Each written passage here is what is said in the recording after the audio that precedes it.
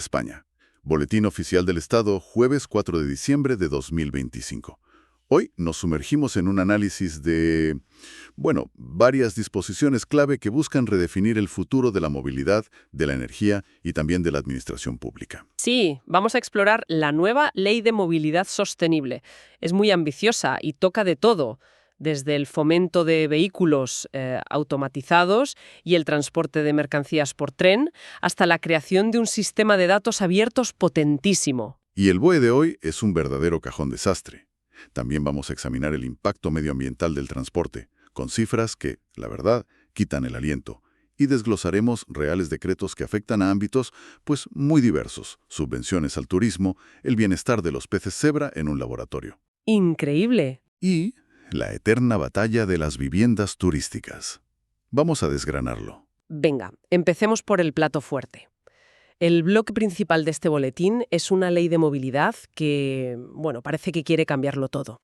El objetivo, dicen, es un sistema multimodal integrado que priorice la movilidad activa y el transporte público. Suena bien, pero... Pero suena a lo de siempre. Exacto, suena al eslogan que hemos oído 1000 veces. ¿Qué hay de nuevo aquí de verdad? Pues la diferencia, o la que pretende ser la diferencia, es el andamiaje que se crea por debajo. No es solo una declaración de intenciones. Se establece el Sistema General de Movilidad Sostenible, que viene con su propio órgano consultivo, el Consejo Superior de Movilidad Sostenible. Ajá. La idea es, por primera vez, forzar a todas las administraciones y a todos los sectores a sentarse en la misma mesa, a coordinarse. Se acabaron los reinos de taifas, al menos ese es el plan. De acuerdo, se crea una estructura, pero hay un artículo, el 26, que salta directamente de la teoría a la práctica y aterriza, en la puerta de las empresas. Dice que en un plazo de 24 meses... 24 meses, sí. Las empresas con más de 200 trabajadores, o 100 por turno, tienen que tener planes de movilidad sostenible al trabajo. Entiendo la lógica, pero me pregunto si no se está trasladando una responsabilidad pública al sector privado. Es una pregunta muy pertinente. O sea, ¿no debería ser la administración la que garantice un transporte público tan bueno que la gente no necesite el coche, en lugar de obligar a las empresas a solucionar el problema? Es el centro del debate, claro. La ley lo ve como una responsabilidad compartida. El argumento es que los grandes centros de trabajo son en sí mismos polos de atracción de miles de desplazamientos diarios. Así que son parte del problema y, por tanto, parte de la solución. Parte de la solución. No se trata de que una empresa ponga su propia línea de autobuses, sino de que analice cómo llegan sus empleados y fomente activamente alternativas. Más flexibilidad horaria para evitar la hora punta, aparcamientos seguros para bicis, incentivos para compartir coche, en fin, ese tipo de cosas. O sea, convertir a los departamentos de recursos humanos en gestores de movilidad. Suena a una carga burocrática importante, ¿eh? ¿Es realista pensar que esto generará un cambio real o acabará siendo un papel que se rellena y se guarda en un cajón? El riesgo del papeleo siempre está ahí, claro. La clave estará en la implementación y en si se vincula a incentivos o beneficios fiscales, que es algo que la ley deja un poco en el aire. Pero la filosofía de fondo es interesante porque conecta la movilidad laboral con la planificación urbana. Se insiste mucho en buscar ciudades compactas y con usos mixtos del suelo. Para que vivamos más cerca del trabajo, claro. Exacto. El plan de la empresa es una pieza más de ese puzzle, una que actúa a corto plazo mientras la ciudad se va rediseñando a largo plazo. Y aquí es donde la cosa se pone ya de ciencia ficción. Vehículos automatizados. El BOE crea una oficina para la facilitación de pruebas de vehículos automatizados en vías públicas, la OFVA.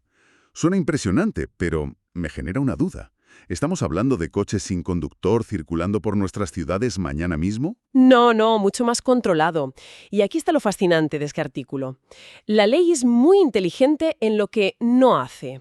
No intenta regular la seguridad de los vehículos, porque eso es una normativa europea que cambia cada 6 meses. Sería como... Como intentar atrapa-humo con las manos. Justo. En su lugar, lo que hace es crear un entorno seguro, un sandbox, como se dice en el mundo de la tecnología. Ah, un campo de juego. Exacto, un campo de juego regulado. El Estado delimita ciertas zonas, espacios controlados de pruebas, y dice a las empresas, mirad, aquí Y solo aquí, bajo la supervisión estricta de esta nueva oficina, la OFBA, podéis probar vuestras innovaciones en condiciones reales. Entiendo. Es una forma de atraer inversión y talento, de permitir que España sea un laboratorio de la movilidad del futuro, sin poner en riesgo la seguridad vial de todos. Busca esa colaboración público-privada en un sector que es, vamos, de vanguardia. Entendido. Y en un plano más terrenal, también se da carta de naturaleza al car sharing, reconociéndolo legalmente. Es un pequeño detalle, pero que da seguridad jurídica a un modelo de negocio que ya está por todas partes. Es un detalle crucial para la integración de servicios. Y si conectamos esto con lo demás, la ley pone un énfasis enorme en el combustible del siglo XXI. Los datos. Los artículos 85 y 86 son quizás de los más importantes. ¿Por qué? Porque obligan a todas las empresas de transporte, públicas y privadas, a abrir sus datos. Horarios, rutas, ocupación en tiempo real, dónde hay bicis disponibles, la ubicación de los puntos de recarga, todo. Y toda esa información se vuelca en una especie de superordenador central, el Espacio de Datos Integrado de Movilidad, o EDIM. La pregunta es la de siempre. ¿Para qué?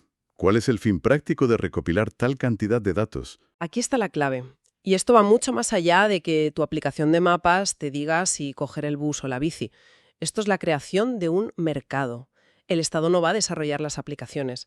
Lo que va a hacer es proporcionar la materia prima, los datos, estandarizados y fiables, para que cualquiera pueda construir servicios encima. O sea que el ganador podría ser una startup que todavía ni existe. Exacto. Una que invente una forma de usar estos datos que ni nos imaginamos. Podríamos ver aplicaciones que te garantizan llegar a tiempo combinando 3 transportes, que optimizan las rutas de reparto de una ciudad entera o que ofrecen soluciones a zonas rurales que hoy están desconectadas. Pero claro, hablar de un espacio de datos integrado con información de los movimientos de todo el mundo inevitablemente hace que se encienda una alarma. En la privacidad, ¿cómo se gestiona eso? Bueno, la ley menciona que los datos deben ser anonimizados y cumplir con el Reglamento General de Protección de Datos, pero es sin duda el gran caballo de batalla. Una cosa es saber que un autobús va lleno y otra muy distinta es saber quién va en ese autobús. Exactamente. El equilibrio entre la utilidad de los datos masivos y el derecho a la privacidad individual será el gran desafío técnico y ético de este sistema. Y el motivo de fondo de todo este esfuerzo, de toda esta ley, no es solo la eficiencia, sino la salud. Hay un dato en la exposición de motivos que es brutal. La Agencia Europea de Medio Ambiente cuantifica en más de 20.000 las muertes prematuras anuales solo en España por contaminantes atmosféricos. Uf, es un dato tremendo. Y el principal culpable es el transporte. 20.000 personas. Es como si una ciudad pequeña desapareciera cada año. Ese dato es la viga maestra que sostiene todo el edificio. Justifica las medidas más drásticas, porque convierte la movilidad en un problema de salud pública de primer orden. La descarbonización no es una opción, es una urgencia. Y por eso vemos medidas que a primera vista pueden parecer menores, pero que tienen un gran impacto, como obligar a los puertos a ofrecer suministro eléctrico a los buques atracados. Claro, para que no tengan sus motores diésel encendidos durante horas, contaminando ciudades como Barcelona, Valencia o Algeciras. Exacto. Se trata de atacar cada fuente de emisión. Y en esa línea, la ley no se queda en recomendaciones. Se habla de incorporar objetivos vinculantes de incremento de energías renovables en el transporte, siguiendo una directiva europea.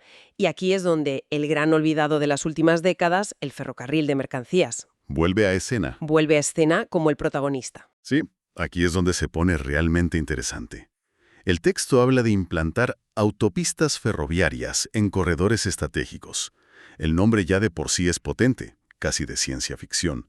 ¿En qué consiste exactamente? Pues el concepto es muy real y ya funciona en partes de Europa.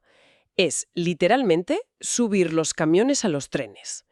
En lugar de que cientos de camiones recorran la A2, de Madrid a Barcelona, por ejemplo, se suben a una plataforma de tren en un extremo y se bajan en el otro. El conductor, mientras, puede descansar. ¿Y los beneficios son? Enormes.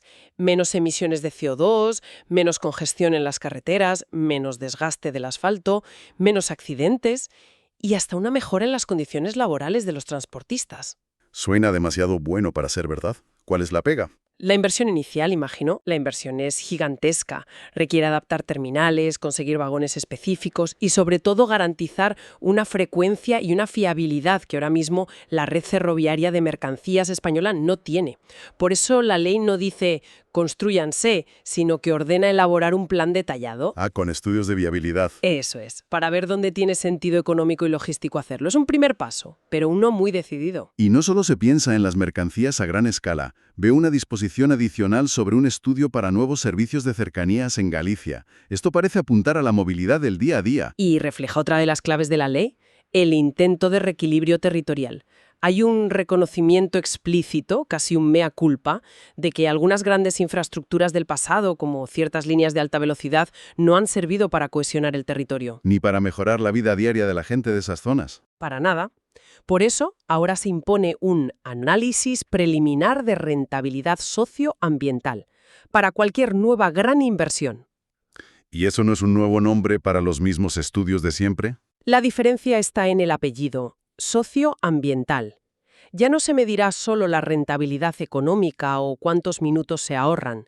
Se deberá cuantificar el impacto en la reducción de emisiones, en la mejora del acceso a servicios básicos para la población local, en la lucha contra la despoblación.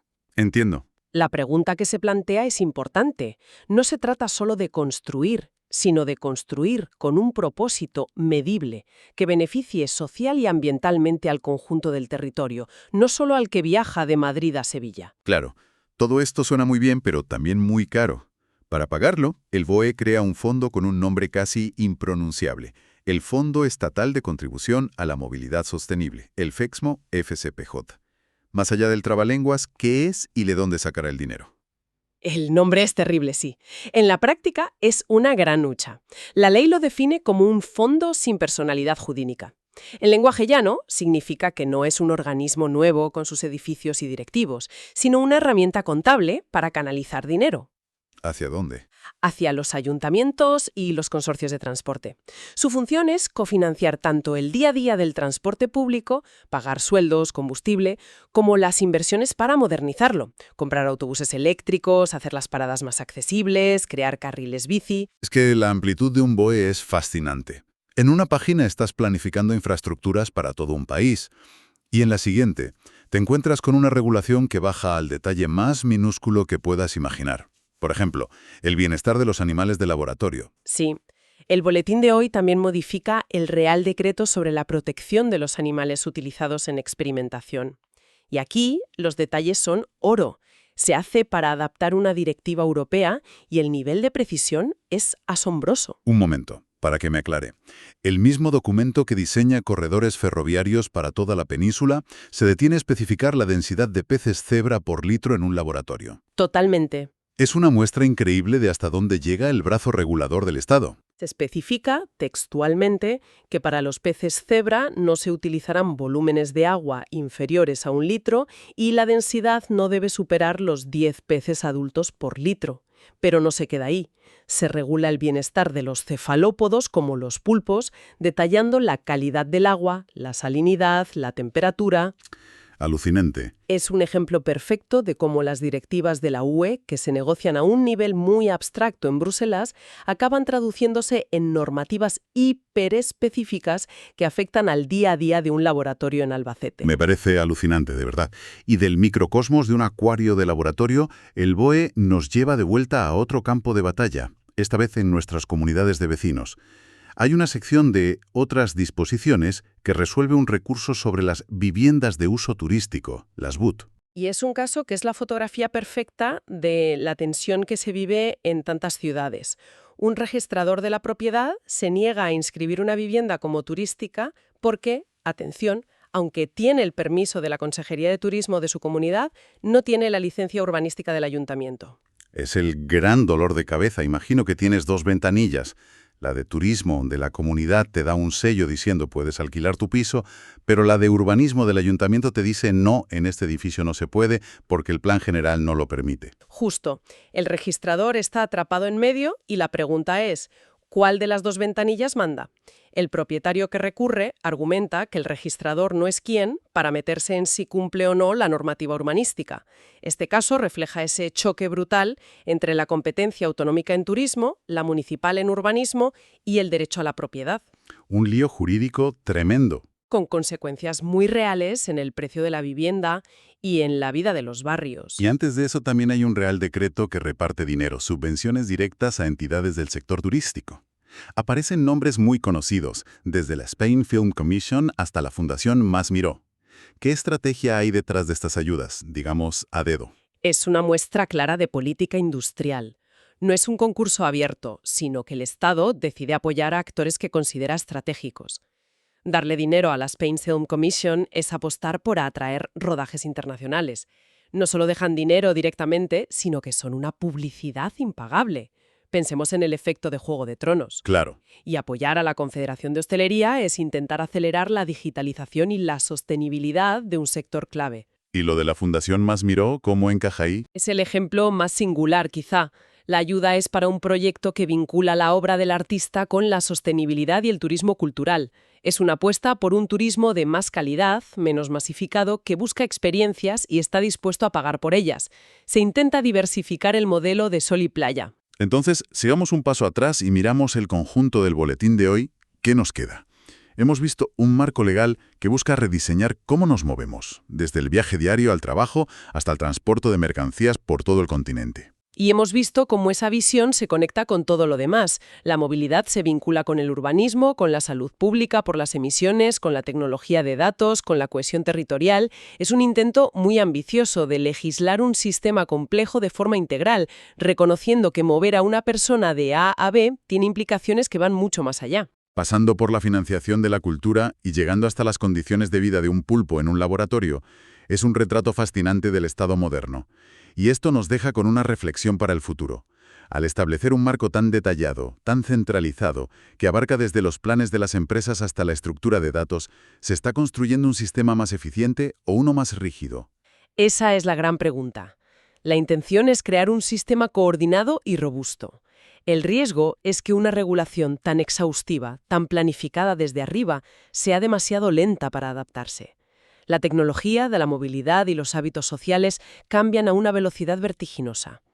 La pregunta que queda en el aire es si esta gran maquinaria legislativa podrá girar y ajustarse con la agilidad que exigen los tiempos que vienen.